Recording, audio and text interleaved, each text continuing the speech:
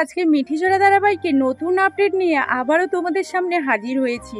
প্রথমেই তোমাদের বলি, মিঠিঝোড়া সিরিয়ালের সঙ্গে সঙ্গে আমি প্রত্যেকদিন আমার ব্লগ ভিডিও শেয়ার করি, তো তোমরা প্লিজ পুরো ভিডিওটা দেখতে থাকবে, অবশ্যই তোমাদের ভালো লাগবে। তো আজকের আমি কোনো ব্লগ ভিডিও নিয়ে তোমাদের সামনে আসিনি।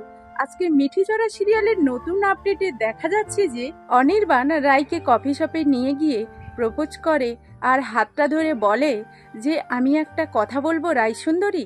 এই কথা শুনে রায় কিন্তু খুব খুশি হয়ে এসে বলতে থাকে, কি বলবে বলো অনির্বাণ। অনির্বাণ বলল, তুমি বলবে তো রায়। রায় বলল, ঠিক আছে তুমি বলো না কি বলবে। অনির্বাণ বলল, বলো না রায়, তুমি আমাকে ভালোবাসো। তখনই রায় লজ্জা পেয়ে হেসে বলল, দূর যাও। এই কথা শুনে অনির্বাণ বলল, বলো না রায়, তুমি আমাকে ভালোবাসো। রায় তখন বলল, আই লাভ ইউ অনির্বাণ।